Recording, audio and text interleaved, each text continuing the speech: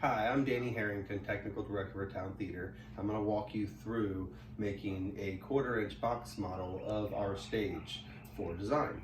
So you start over here with a floor plan of the space, and this is 1/4-inch to scale, and it shows our stage from a bird's eye view or up on the grid.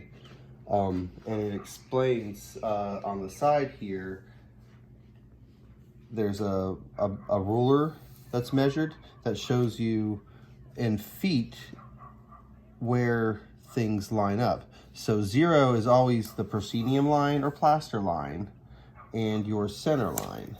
And then you'll notice the numbers go out from there in increments of 2. So every 1/2 inch is 2 feet. So that makes every inch 4 feet, which is what 1/4-inch scale is. So if you could divide by 4 and use a ruler, you should be able to do this project. Now, what I've gone ahead and done is pre-cut the pieces that we need. And I've taken this same floor plan and laid it out in a 3D model here. So it shows where we have the bottom edge of our apron, the step up to the main stage, the 2 extensions, and then out here I've laid out the actual stage walls as well to show the elevation that we're about to make. And I made this out of scrap MDF we have, although you could do this with another piece of foam, or I've just chosen to do it with something more structural to be more durable for our shop purposes. The next step is, after you have this laid out, is to lay out your top elevations going up.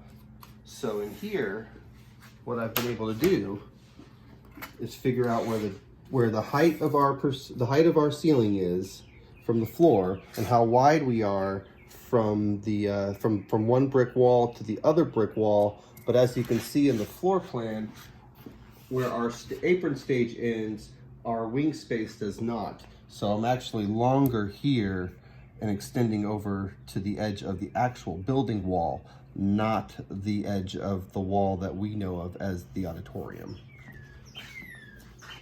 And so after having measured our doorways, which are 3 feet wide and 7 feet tall, I'm gonna go ahead and outline them in a white pencil so it's easier to see in the cutting process. And the challenging thing about this part, other than figuring out where your rectangles and your corners are, is the arc of our proscenium. And I have found that it is 27-foot arc. And how did I find that arc, did you say? Such a big, wide arc is 27 feet, is I found it through some simple math of, I know that 15 feet is the top of my arc, and I have 2 points, a 12-foot point here and a 12-foot point here. So that gives me a tangent on a circle. And by knowing that tangent and the peak of my arc with a compass, I'm able to plot points. So lining this up with the center line of the proscenium wall with the center line of my stage, I'm able to find with a compass where the top apex of my arc is and where it lines up with these 12-foot points on the tangent. And that's how I get my 27 feet on the scale ruler. So something you would think would be really hard to measure. How do I measure something so big? You can do it by finding 3 simple points. You go ahead and trace that in white too to make it easier to see. The back wall is much easier because it just has the 2 doorways with the big loading door, which is an awesome height of 16 foot 1 inch by 11.5 inches. And our other doors are pretty standard, 3 by 7, although this one stage left is a little bit wider than the other one. That's okay.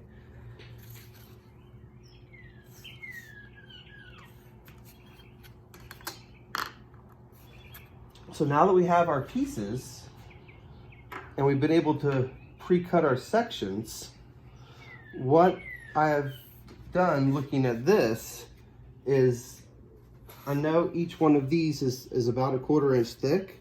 So even though our walls might not actually be that, it just gives me my internal perimeter of the building, which is what we're interested in for lining up the stage. And once I found all these, and you see how this one's 3 sheets thick, because I do know that our proscenium is that thick in scale. So I went ahead and layered this one up as thick as the true wall, so we know what that is when we're manipulating scenery for a perspective show. And some parts are thicker than others, where I'm thinner along this wide, but then I get a little thicker here for the edge of this wall where it lines up in the stage, because the building just isn't symmetrical, and no buildings ever are. And then I've even went ahead and cut our little 2 foot by 2 foot columns, in this case a 1/2 inch by a 1/2 inch, because a 1/2 inch equals 2 feet, to represent where those structural columns are, so that as I'm designing things like platforming or even wagons that have to move around, I know what's in my way, and I can see, oh, there's a big corner column here that I can't put anything there, or I have to build along with it. So the next step is to start cutting, and I'm going to take this one here and show you how you can do it at home with my knife that's rolled over here and a straight edge. And so what you want to do with the knife is you want to score it. You don't want to stab into it and rip, because that'll tear the foam up and make it all jaggedy, and then you'll be unhappy with your cuts. But if you take it and you just score it lightly, and just be very patient with it, and score it a couple of times, you'll start to dig through. Each time you go a little bit deeper, but you just gotta be real patient with it, because if you do it in one big swale slice, it'll all just tear up on you, and you don't want that to tear up on you. So you just take it nice and easy. Oops, a little off there, okay. And I'm not cutting into the ruler, and I'm using a plastic ruler on purpose here to show you that I'm not trying to cut into this ruler. This knife could easily cut into this ruler. And I've got a metal one I use sometimes too for tougher cuts. But in this case, I'm just showing you that you can do this as long as you have a ruler at home and a straight edge and an X-Acto knife.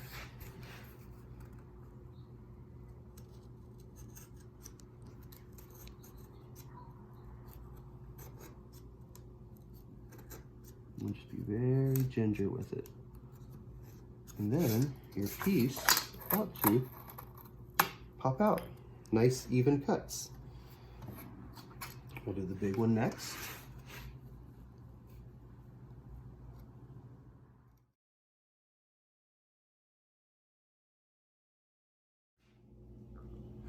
For this next one, I'm going to do this one over here on the bandsaw, just because it's a lot quicker. And if you're lucky enough to have a bandsaw, you just have to be very careful with it as well. Instead of scoring it, you just got to really be ginger with your curves and your corners, because the bandsaw is a lot more unforgiving.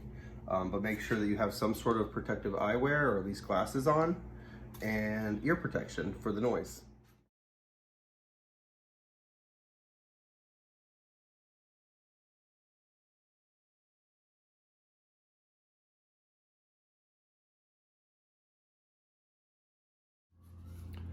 Okay, so now that I have my pieces cut where I need them to be cut before I put them all together, I want to dry fit them, which is putting them together before you glue them.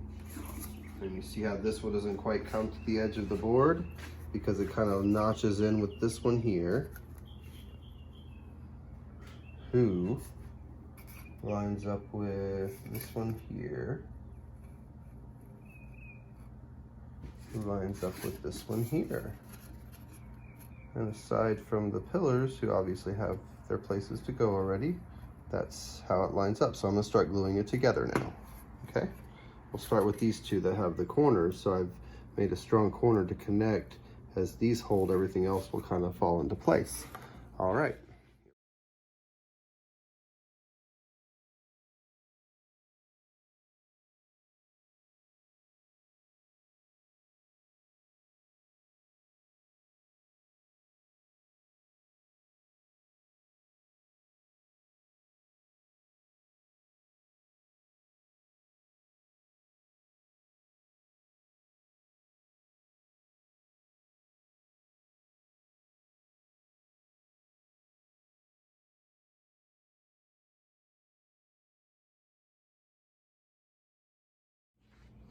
So here's the top view from above and how it lines up with the floor plan.